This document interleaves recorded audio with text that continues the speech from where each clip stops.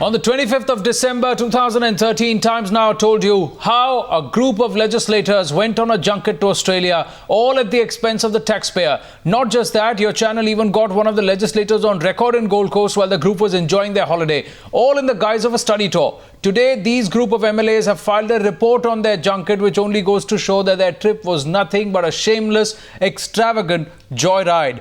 Anusha joining us from Bangalore at this point with the details. Yes, Anusha.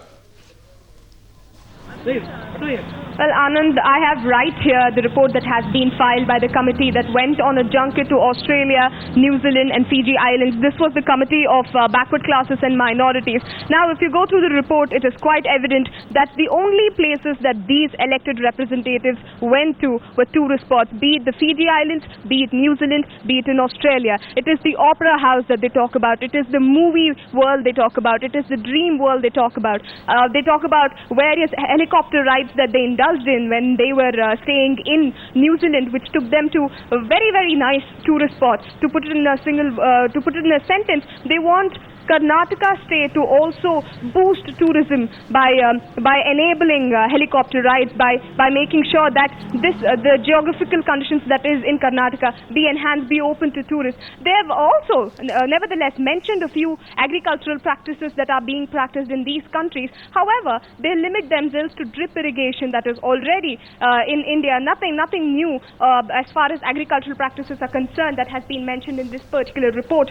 They go on to state that their entire 14-day tour was filled with luxury cruises. They went on helicopter rides, they stayed in luxurious hotels, and they met a lot of people involved in tourism, involved in farming. However, when we spoke to B.R. Yavagal, the chairperson of this particular committee, he has stated this was an educational tour. He said that they learnt a lot and they are going to implement a lot of things in their own constituencies.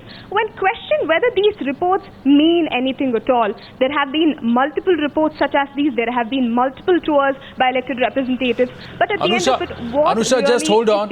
You mentioned B.R. Yavagal, chairman of the Backward Classes and Minorities Committee, and he said it was an educational tour which they learnt a lot from. Take a listen to what he had to say and I'll come back to you.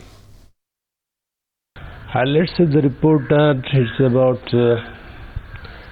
their main occupation like dairy, sheep rearing, farming, and the tourism and the places, how they have made them so good, so attractive to the foreign tourists and the local this one.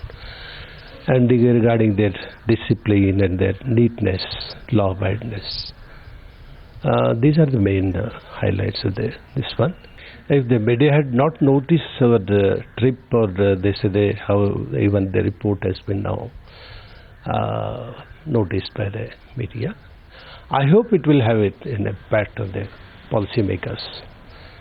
I don't say in the very beginning that by mere presenting a report or we can make by ourselves make any big difference. There are good points to be considered. Very, very strong points, because all these two and also the Fiji are more like India. You all say that, including the media,